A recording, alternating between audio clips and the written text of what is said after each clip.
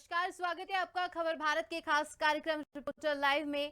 और इस खास कार्यक्रम में हम बात करते हैं अलग अलग जगहों के अलग अलग संवाददाताओं के साथ, जो हमें बताते हैं कि उनके क्षेत्र में आज क्या कुछ खास होगा, वो कौन सी गतिविधियां हैं जिन पर आज सभी की नजर रहेगी। तो बात करते हैं आज की। तो आज सबसे पहले शुरुआत करेंगे बालाघाट से। बालाघाट में हमारे साथ श्याम सूर्यवंशी जुड़ रहे हैं, जो हमें बताएंगे कि वहां पर आज क्या कुछ खास तस्वीरें सामने आ रही है। श्याम जी, आरुषि जी, बता दूं कि मैं अभी बालाघाट के मुख्यालय बीचों बीच स्थित यहाँ के जो दुर्गा मंदिर है, जो जहाँ पे सबसे ज्यादा आस्था लोगों की जुड़ी रहती है, उसे यहाँ पे भक्तों का तांता लगा रहता है।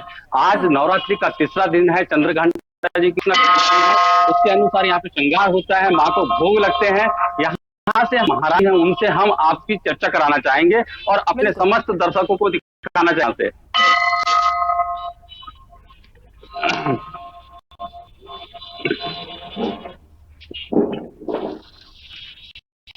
पंडित जी, आपका परिचय?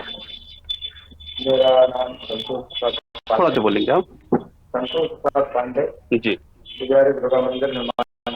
जी पंडित जी, जैसे कि आज नवरात्रि का तीसरा दिन है, क्या विशेष जो पूजा होगी वो किस प्रकार की होगी? आज की पूजा के रूप में हम कहें कि ये जो माता चंद्रघंटा का दिन आज माना है, और ये जो रूप है तीसरा रूप माता पार्वती का ही रूप है। ये रौद्र रूप में माता चंद्रघंटा ने जो है आज रूप धारण किया था। और इसके पीछे पौराणिक कथा है कि जब भगवान वहां पहुंचे थे हिमालय में, और वहां जब मैना माता उनके दूल्हे की भयंकर रूप को लेकर के बेहोश हो गई थी, उस समय उनको मनाने के लिए माता पार्वती चंद्रघंटा का रूप लिया था। भगवान शिव से उनको मनाया था, और फिर विवाह का कार्यक्रम।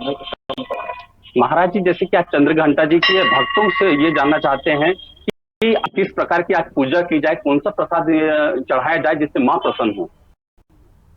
माता को आज विशेष रूप से जो है दूध का भोग जाता है, और चंद्रघंटा के पूजा से विशेष तो वीरता और साहस मिलती है।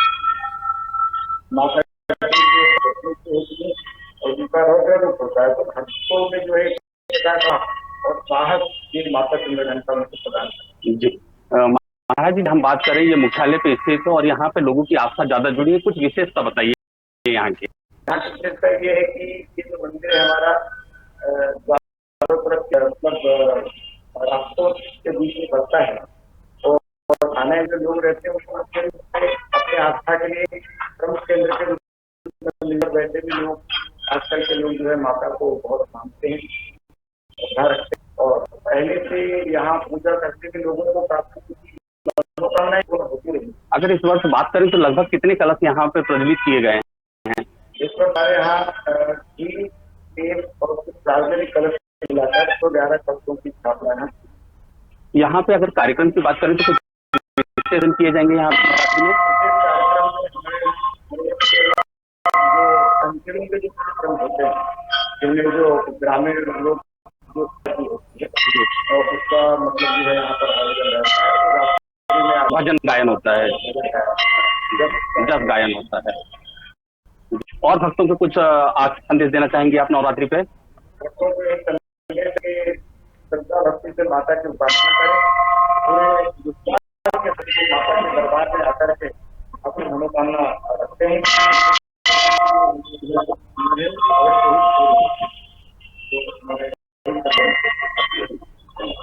जी आरुषि जी, जैसे कि अभी हमने महाराज जी से बात, और महाराज जी ने बताया हमें कि यहाँ पे जो नवरात्र के 9 दिन होते हैं, सच्चे मन से यहाँ पे पूजा अर्चना की जाए तो बिल्कुल निश्चित ही उनकी मनोकामना पूरी होती है। और यही कारण है कि यहाँ पे काफी सुबह से हैं, लाइन लगा के कतार लगाकर यहाँ पे अपने इंतजार करते रहते हैं और माँ के दर्शन करते हैं, और जो भी मनोवांछित फल होता है वो प्राप्त करते हैं।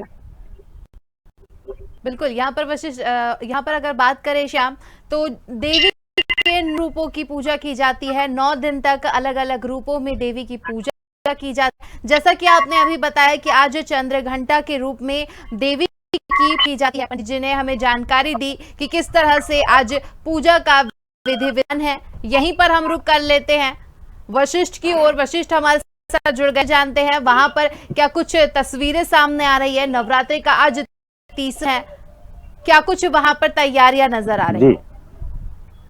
जी को बता दूं कि सीतापुर काफी बड़ा क्षेत्र है और यहाँ पे जो है 3 सार्वजनिक दुर्गा पूजा का आयोजन किया जाता है और इस बार काफी भव्य व्यवस्थाएं की गई हैं।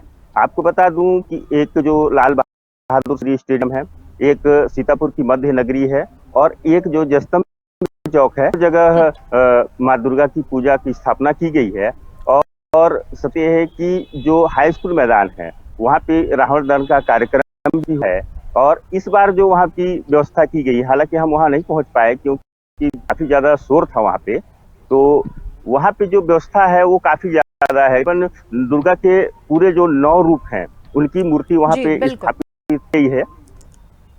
बिल्कुल वशिष्ठ, अगर बात करें जहाँ पर पंडाल की अगर हम बात करते हैं सार्वजनिक तौर पर जहाँ पर माता की स्थापना, वहां पर हमने देखा है कि कई तरह के आयोजन भी वहां पर किए जाते हैं और जब आयोजन होते हैं तो जाहिर सी बात है कि लोगों की जो तादाद है वो बड़ी संख्या में नजर आती है। ऐसे में प्रशासन की क्या व्यवस्था है वहां पर, बात सुरक्षा की, क्योंकि इतने सारे लोग जब एक साथ जमा होते हैं तो वहां पर कहीं ना कहीं जो है कुछ अनहोनी होने की भी घटनाएं सामने आती रहती हैं। तो इसको लेकर कितना मुस्तैद वहां पर नजर आ रहा है?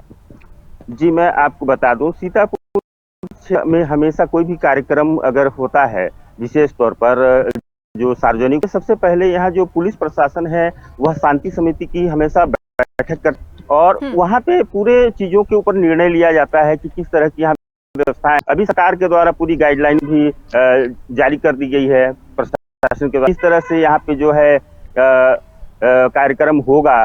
सबसे बड़ी बात सीतापुर क्षेत्र के जो ग्रामीण है वो काफी दूर दूर से आते हैं यहाँ पे। मैं आपको बता दूं कि ये मुख्यालय है यहाँ पे क्षेत्र का, तो यहाँ पे जो भी प्रोग्राम होता है तो भीड़ काफी ज्यादा होती है। तो जिस दिन शांति समिति की बैठक, वो यहाँ के जो एसडीओपी हैं और तहसीलदार हैं, साथ ही यहाँ के जो थाना प्रभारी हैं, उन्होंने यहाँ के जो दुर्गा आयोजन समिति के जो सदस्य हैं उनके साथ मिलकर और ग्रामीण जनों से मिलकर की वार्ता की थी और उन्होंने सख्त निर्देश दिया था कि किसी तरह की का माहौल नहीं बनेगा। साथ ही नगर पंचायत को यहाँ की व्यवस्था को देखने के लिए जैसे फूल वगैरह की स्थिति होती है, गड्ढे वगैरह की स्थिति होती है, तो उसको सही के लिए उन्होंने कहा था। साथ ही यहाँ पे पुलिस प्रशासन ने सख्त निर्देश दिया है कि में भीड़ जो बढ़ती है जिससे ट्रैफिक व्यवस्था बाधित होती है, उनको कहा कि आप इसको सही ढंग से करें और सतत निगरानी द्वारा उसके ऊपर रखी जा रही है। और अमूमन देखा जाए तो सुबह क्षेत्र वाले हैं वही यहाँ सीतापुर के लोग ही रहते हैं, लेकिन जैसे शाम का समय होता है दशहरा देखने के लिए, उत्सव मनाने के लिए जो क्षेत्र के ग्रामीण हैं वो यहाँ पे हैं और काफी संख्या में यहाँ भीड़ उत्पन्न हो जाती है, जिससे प्रशासन यहाँ व्यवस्था को दुरुस्त करने में लगी रहती है। जी चलिए वशिष्ठ हमारे साथ बने रहिएगा, यहीं पर रुक कर लेते हैं बालाघाट की ओर। वहां पर हमारे साथ श्याम लगे हुए हैं। श्याम, बात करें अगर नवरात्रि की, तो नवरात्रि जो है काफी त्योहार है जिसको काफी बड़े स्तर पर मनाया जाता है। बात करें मध्य प्रदेश करें या फिर पूरे ही देश की बात करें तो पूरे देश में इस त्योहार को बड़े ही धूम के साथ मनाया जाता है। जब धूमधाम की बात आती है तो जाहिर सी बात है कि आई भी बात आती है और जब आयोजन किए जाते हैं तो इसको लेकर विशेष तैयारियां की है। शांति बैठक ली गई थी बालाघाट में अभी कुछ दिन पहले ही। पुलिस थाने बात करें तो वहां पर शांति व्यवस्था को बनाए रखने के लिए बैठक की गई थी। उसमें कई तरह की लाइन जो है समाज के लिए, जनता के लिए जारी की गई थी। मैं चाहूंगी कि आप उसकी भी जारी देखिए किस तरह से वहां पर गाइडलाइन जारी की गई है त्योहारों को लेकर। जी, जैसे कि मैं बता दूं कि बालाघाट की एक धारणा रही है, यहाँ पे जो धर्म को मानने लोग बड़े शालीनता के साथ करते हैं, मनाते हैं। अगर यहाँ पे अगर पुलिस प्रशासन की बात करें तो उनके बैठक तो की गई, उसे निर्देश भी दिए गए। अगर मैं व्यवस्था की बात करूं तो हर जिम्मेदार है अपने धर्म को मनाने के लिए और उसे अच्छे से मालूम है कि पूजा कैसे करनी है। यहाँ पे अभी तक ऐसी कोई भी घटनाएं सामने नहीं है जिसे लेकर पुलिस प्रशासन को काफी सख्ती दिखानी पड़े। अगर यहाँ पे आयोजन बात करूं तो काफी अच्छी समितियां होती है, काफी अच्छे से माँ का रूप को मनाया जाए। यहाँ पे पंडालें सजी हुई है, बालाघाट में जगह जगह पे माँ विराजमान है। बहुत अच्छे से भक्त लोग यहाँ पे पूजा करते हैं, आस्था काफी मजबूत है अगर माता के करें, क्योंकि माँ ही एक ऐसी है जो पूरी जगत जननी के यहाँ कहा जाता है, सृष्टिता है।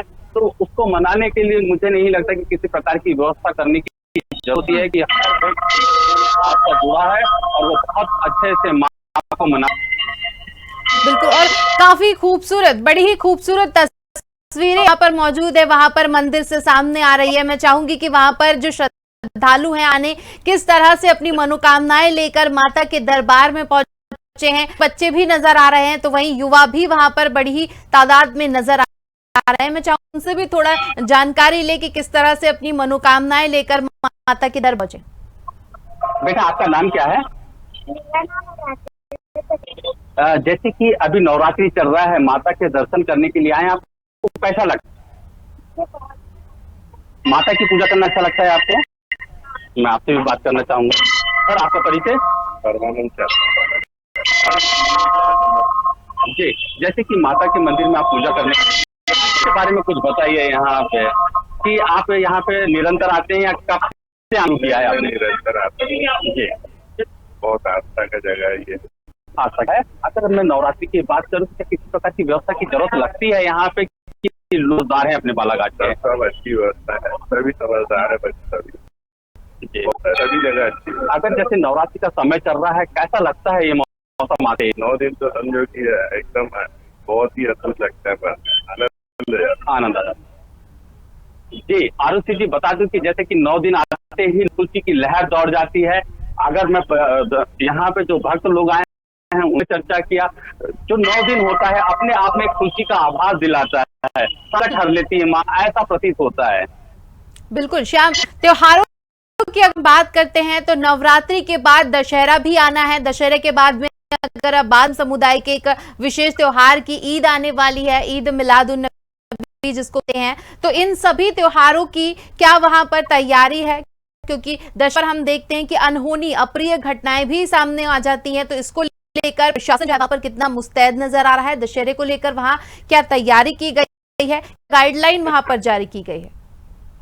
आरुषि जी, बता दूं कि जो अपने विगत 2 वर्ष बीते हैं वो कोरोना काल में बीते हैं, कहीं ना कहीं एक खुशी छीन हो गई थी लोगों के बीच। आज वो चीज खुशी फिर से पुनः आ गई। और दशहरे की बात करूं तो बालाघाट में दशहरा उत्साह के साथ मनाया जाता है। उसकी तैयारी नवरात्रि के पहले दिन से ही हो चुकी है। यहाँ शहर में लोगों के जो अभिमन्यु बोर्ड होते हैं वो लगे हुए हैं, लोग उसकी पूरी तैयारी कर चुके हैं। यहाँ का जो दशहरा है वो भव्य हिंदू धर्म के मुताबिक यहाँ पे काफी जुलूस के माध्यम से पूरे शहर में भ्रमण है और काफी अच्छी आतिशबाजी यहाँ पे देखने मिलती है। अगर मैं मुस्लिम समाज की, तो यहाँ पे मुस्लिम समाज भी रहता है बालाघाट में, वो भी अपने दशहरा मनाते हैं। जो अभी आपने बोला कि उनका भी एक त्योहार आने वाला है, उसको लेकर सभी लोग अपने धर्म के प्रति आस्था बहुत मजबूत है और बहुत अच्छे तरीके से आते हैं। चलिए, तो यहाँ पर आप हमारे साथ बने रहिएगा। श्याम, हमारे वशिष्ठ जुड़े हुए हैं, वशिष्ठ की ओर रुख कर लेते हैं। जी वशिष्ठ, अगर बात करें वहां पर तो जो है मौसम भी परिवर्तित हो रहा है, मौसम के साथ त्योहार भी है, तो तरफ मौसम परिवर्तित हो रहा है, दूसरी तरफ त्योहार है, तो दोनों का ही जो कॉम्बिनेशन वो बड़ा ही मतलब कि कहना चाहिए जिसको बड़ा ही खूबसूरत है, क्योंकि मौसम सुहावना है। ऐसे में माता रानी के दरबार में लोग पहुंचते हैं, सैलानियों की जो संख्या है वो भी बढ़ती जाती है मंदिरों की ओर। जी, इस समय देखिए खेती बाड़ी का समय है, परंतु अभी क्षेत्र के फसलें अभी तैयार नहीं हुई हैं, तो यहाँ पे जो किसान वर्ग के लोग वो काफी ज्यादा मतलब फ्री होते हैं और ये उनके आनंद समय होता है, उनके ऊपर कोई दबाव नहीं होता है, तो वो जो है इस समय का लाभ लेते हैं। हालांकि मौसम में उतार चढ़ाव है, उसकी वजह से यहाँ बीमारियां भी हो रही हैं, जैसे पानी नहीं गिरा है, तो सीतापुर में तो खैर समस्याएं लगी हैं क्योंकि रोड की समस्या यहाँ पे क्या हो चुकी है। तो जब पानी आता है तो कीचड़ से लोग यहाँ काफी ज्यादा परेशान रहते हैं, जब पड़ता है तो धूल से काफी ज्यादा परेशान रहते हैं। फिर भी लोगों के मनोबल में कमी देखने को नहीं मिल रही है, लोग यहाँ पे आ रहे हैं और माता की भक्ति में तल्लीन हो रहे हैं, उत्सव मना रहे हैं। जी वशिष्ठ, बात करिए, अगर अभी आपने जिक्र किया कि बीमारियों का, तो जब मौसम पर होता है, जाहिर सी बात है कि बीमारियां भी पनपती हैं। ऐसे में तो प्रशासन जो है वहां स्वास्थ्य अमला, स्वास्थ्य विभाग की क्या तैयारी है कि जिससे त्योहार के बीच जो है रंग में भंग ना पड़ जाए? देखिए, प्रशासन की पूरी तरह से मुस्तैद रहता है, लेकिन कहीं ना कहीं कोई कमियां तो नजर आ ही जाए। जब उस तरह की परिस्थितियां निर्मित होती हैं तो समस्याएं देखने को मिलती हैं। जैसे कल की एक सामने आई थी कि एक व्यक्ति जो है बिना इलाज कराए हॉस्पिटल से चला गया, जबकि सीतापुर में मानता हूं कि अंबिकापुर सरगुजा जिले में दूसरे या तीसरे नंबर पे हॉस्पिटल है जो काफी बड़ा है, 100 बेड का हॉस्पिटल है। यहाँ तकरीबन जो है 8-10 डॉक्टर अपॉइंटेड है, और उसके बाद भी अगर इस तरह की कुछ समस्याएं आती हैं तो ये काफी दुखदायक स्थिति है। लेकिन अभी हम बात करेंगे जो उतार चढ़ाव वाली स्थिति है, यहाँ पर भी अभी कई तरह की घटनाएं सामने आई। बिल्कुल। जैसे और बात करें अगर छत्तीसगढ़ की, तो कहा जाता है कि छत्तीसगढ़ ही सबसे बढ़िया। छत्तीसगढ़ में त्योहार जो है वो बड़े ही धूमधाम के साथ मनाया जाता है, एक विशेष तौर पर आयोजन किया जाता है। मुख्यमंत्री के द्वारा भी पूरे ही प्रदेश में जो है गाइडलाइन जारी की गई है, सभी को उन्होंने बधाइयां दी हैं, तरह के आयोजन भी किए जा रहे हैं पूरे छत्तीसगढ़। जी। जैसे हम बताएं आपको, सीतापुर में नवरात्र शुरू होने से के दिन ही यहाँ पे अग्रसेन भगवान की जयंती भी थी, तो उसके उपलक्ष्य पे जो अग्रवाल समाज द्वारा बहुत भव्य आयोजन किया गया था। उनके द्वारा जुलूस, रैली, बाइक रैली का आयोजन किया था। तो उसी समय से यहाँ का जो माहौल है काफी भक्तिमय हो चुका है। जो है उत्सव में हिस्सा ले रहे हैं, लेकिन कुछ घटना है यहाँ के स्थिति में व्यवधान उत्पन्न हाल ही का मामला आया है एक आपको बता दूं, ये सीतापुर होता है, ये किसान बहुल क्षेत्र है, यहाँ सब जानवरों के ऊपर आश्रित रहते हैं। कुछ समस्याएं उत्पन्न हो रही हैं। जी, यहाँ पर हमारे साथ बालाघाट से श्याम लगातार में हैं, तो रुक कर लेते हैं बालाघाट की ओर। यहाँ पर श्याम हमारे साथ लगातार जुड़े हुए हैं। जी श्याम, अगर बात करें यहाँ पर त्योहार भी है, और त्योहार के साथ अगर बात करते हैं मौसम भी परिवर्तित हुआ है, बालाघाट में वो कौन कौन सी जगह है जहाँ पर विशेष आयोजन किए जाने हैं? कि अगर हम बात करते हैं गरबा की भी विशेष प्रस्तुति होती है जिसमें महिलाएं बढ़ चढ़ कर, तो गरबा की वहां पर क्या स्थिति है, किस तरह से वहां आयोजन किए जाने हैं गरबा को लेकर? और रात की अगर हम बात करें, कई जगहों पर शासन प्रशासन की तरफ से आदेश, रात में एक टाइम निश्चित किया गया है कि उस टाइम के बाद जो है गरबा आयोजनों बंदी लगाई गई है ताकि किसी के आराम में कोई खलल ना हो। इसको लेकर वहां पर विशेष तैयारी की गई है। समय की क्या पाबंदी वहां पर तय की गई है? जी आपको बता दूं कि समय की पाबंदी तो रहती है, लेकिन उसी में घड़ी देखता है। आप बताइए, अगर यहाँ पे बात करें गरबा की, तो यहाँ पे गुरुजी रहता है जो गरबे के लिए काफी प्रसिद्ध है, उनका आयोजन काफी अच्छा होता है। यहाँ लोग बालाघाट के काफी लोग उसे देखने के लिए जाते हैं। अगर मैं यहाँ बालाघाट में भरवेली माइल है, जहाँ पे काफी बड़ी प्रतिमा विराजित है, वहाँ पे पंडाल काफी बड़े होते हैं, भव्य काम मेलोजन होता है, और वहाँ पे काफी संख्या में लोग जाते हैं। प्रतिदिन लगभग 1000 से लेकर 50,000 तक के जो भक्त होते हैं वहाँ पे कार्यक्रम प्रतिदिन पहले दिन से शुरू होकर 9 दिन पूरे कार्यक्रम चलते हैं, उसका आनंद लेते हैं। और माँ की उपासना की बात करूँ तो जो प्रति आस्था है लोगों की, ये देखिए कि अगर 9 दिन पर जब जैसे ही आते हैं माँ, ये सोच लीजिए कि सारे संकट हट जाती है माँ। अगर यहाँ पे चाहे मौसम की बीमारी की बात कर रहे हैं, और भी कई सारी जो तकलीफें होती है, ये 9 मार्केट समाप्त हो जाते हैं और लोगों में एक खुशी का संचार होने लगता है। चलिए, तो यहाँ पर श्याम और वशिष्ठ, आप दोनों हमारे साथ इस कार्यक्रम में जुड़ने के लिए बहुत बहुत धन्यवाद। तो यहाँ पर कि किस तरह से त्योहारों को लेकर सौहार्द और शांतिपूर्ण तरीके से मनाया जाए, इसको तैयारियां की गई है बालाघाट के साथ ही हमने छत्तीसगढ़ में भी देखा कि किस तरह से पर तैयारियां की गई है। तो फिलहाल हमारे इस खास कार्यक्रम में इतना ही। आप बने रहिए खबर भारत के साथ। मुझे दीजिए इजाजत। नमस्कार।